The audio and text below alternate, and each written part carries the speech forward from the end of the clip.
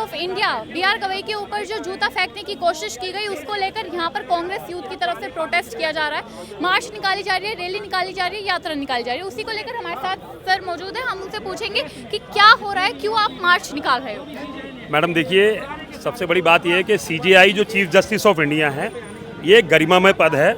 इस पद की अपनी एक महत्ता है और देश में इसका सबसे बड़ी चीज़ है कि देश की बात जो है इंटरनेशनल लेवल तक इस बात को जाती है कि सीजेआई जैसे व्यक्ति और पद विशेष के ऊपर जब इस तरीके की घटनाएं होती हैं जूता फेंकने की, तो ये कहीं ना कहीं सही मायनों में संविधान का हनन हो रहा है।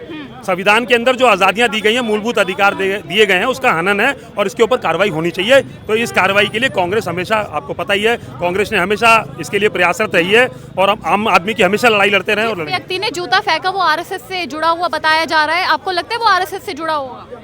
मैडम बिल्कुल सही बात है। अगर हरकतें आरएसएस वाले ही कर सकते हैं जो संविधान की बिल्कुल भी इज्जत नहीं करते, संविधान को हमेशा बदलाव की बात करते हैं, कहते हैं 400 पार की जरूरत क्या है? सबसे पहला क्वेश्चन तो यही आता है, क्योंकि उन्हें संविधान में चेंजेस करने हैं। जितने भी हमारे अच्छे सरकार तो बीजेपी चला रही है, आरएसएस को क्यों चेंज करने होंगे? आरएसएस और बीजेपी क्या अलग है? क्या लगता है आपको? आप बताइए, आपने सवाल नहीं, आप मीडिया आप ऑलवेज पब्लिक के, हमारा काम सवाल उठाना है। तो बिल्कुल बीजेपी आरएसएस दोनों एक साथ। मैं बता देता हूँ, बीजेपी सही मायनों में आरएसएस और वीएचपी की बी टीम है।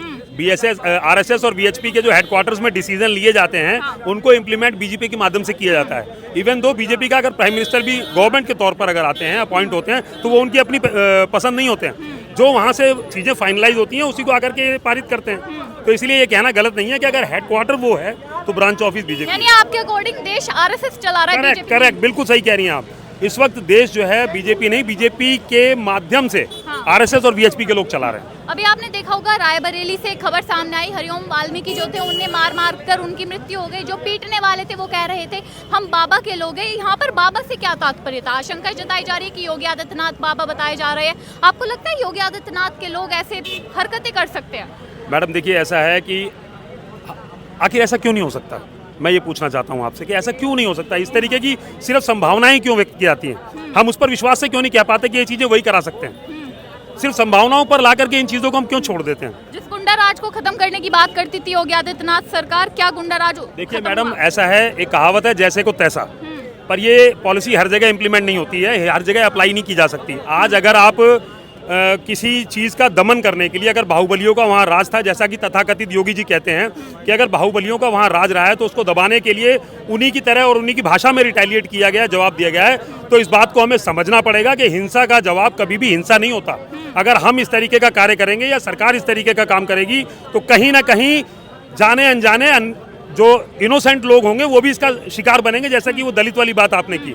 और ये चीज़ें जब होंगी तो लोगों के अंदर जनाक्रोश बढ़ेगा, और जब जनाक्रोश बढ़ेगा तो वो आंदोलन का रूप लेगा और वो बहुत ही हिंसक हो सकता है। और इस संभावना से भी इनकार नहीं किया जा सकता कि जिस तरीके की घटनाएं नेपाल में हुई हैं, उस तरीके की जो घटनाएं हैं वो आने वाले समय में हमारे देश में भी हो सकती हैं। लेकिन सीजेआई जो बी.आर. गवई है उनके ऊपर जूता फेंके गए, वो दलित समाज से बिलोंग करते हैं। और बीजेपी जो है, पीएम मोदी, खुद योगी आदित्यनाथ जो दलितों के घर जाते हैं, उनके घर खाना खाते हैं, उनके चरण धोकर उस पानी को ग्रहण करने की कोशिश करते हैं, उस पर आपकी क्या राय है? मैडम, आपने बहुत सही सवाल पूछा है। मैं ये पूछना चाहता हूँ कि जब भी ये कार्य होते हैं, आप उस बात को देखिएगा कि कहीं ना कहीं देश के अंदर किसी न किसी स्टेट में इलेक्शन जरूर होने वाला होगा या इलेक्शंस की डेट घोषित होने वाली होगी। तब मोदी जी को माता जी याद आती हैं और उनको प्रयागराज जैसी जगहों पर जाकर के दलितों का जो है पैर धोने की जरूरत पड़ जाती है, या गरीब और दलितों के यहाँ पर जाकर के भोजन करने की आवश्यकता पड़ जाती है। और अगर मैं कहता हूँ अगर ऐसी बात है तो वो मीडिया और कैमरे के माध्यम से ये क्यों साबित करना चाहते हैं देश में कि मैं दलितों की इज्जत कर रहा हूँ या दलितों का मान सम्मान कर रहा हूँ? आज भी इस तरीके की घटना एक दलित के साथ हुई है तो उनकी तरफ से कोई क्यों नहीं कार्रवाई के पीछे जो है कोई बातें आती हैं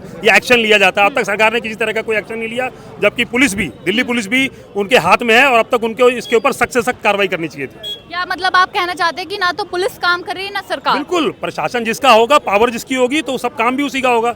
वो कहावत है बहुत सही कि आरएस वालों ने, बीजेपी वालों ने तो कराया है कांड।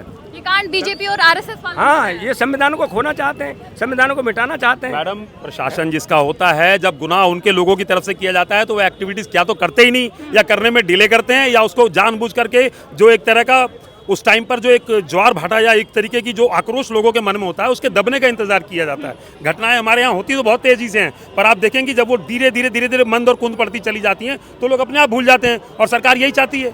आपके अनुसार संविधान लागू जो हो रखा है उसे फॉलो भी किया जा रहा है सरकार द्वारा या नहीं? नहीं, ये संविधान को खत्म करना चाहते हैं। कौन? ये बीजेपी आरएस वाले। आपको क्या लगता है? मैडम, संविधान को अगर फॉलो करते तो अब तक कार्रवाई हो गई होती। अगर संविधान को फॉलो करते तो इससे पहले जो आपने बताया यूपी की घटना के ऊपर, उस पर भी कार्रवाई हो गई होती। वहाँ हम आज के विषय पर बात ना कर रहे होते कि दलितों के साथ ये हो रहा। जब आप ये बताइए कि सीजेआई जैसी गरिमामय पोस्ट पर, अब इससे बड़ा जब सीजेआई जैसा व्यक्ति सुरक्षित नहीं है इस देश के अंदर, तो एक आम आदमी सुरक्षा अपनी कहाँ तक मानेगा या सोचेगा, अब आप खुद सोच सकती हैं।